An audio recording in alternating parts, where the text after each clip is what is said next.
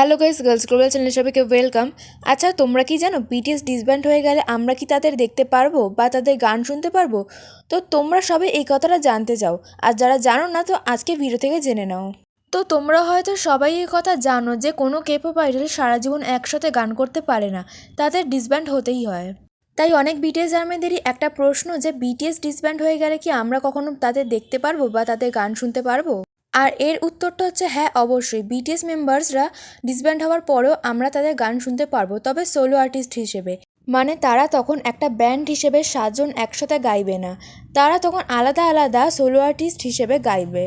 হয়তো 7 জনকে আমরা সবসময় দেখতে পাবো না, তবে তারা যখন 2-3 বছর পর পর রিউনিয়ন করবে তখন তাদের 7 জনকে আবার আমরা দেখতে পাবো। কেপপ ইন্ডাস্ট্রির মধ্যে কোনো কেপপ ব্যান্ডই 20 বছরের বেশি টিকতে পারে না, তবে আমাদের সুগা বলেছে এখনই ডিসব্যান্ড হওয়ার কথা তারা ভাবেনি। আর্মিরা যতদিন বিটিএসকে সাপোর্ট করবে বিটিএস ব্যান্ড ততদিনই থাকবে। মানে আর্মিরা যদি সারা জীবন সাপোর্ট করে তাহলে হয়তো বিটিএস সারা জীবনই থাকবে। তো গাইস, আজকে এই ভিডিওটা এ পর্যন্ত। ভালো লাগলে একটি লাইক এবং চ্যানেলটি সাবস্ক্রাইব করে দিও। Thank you.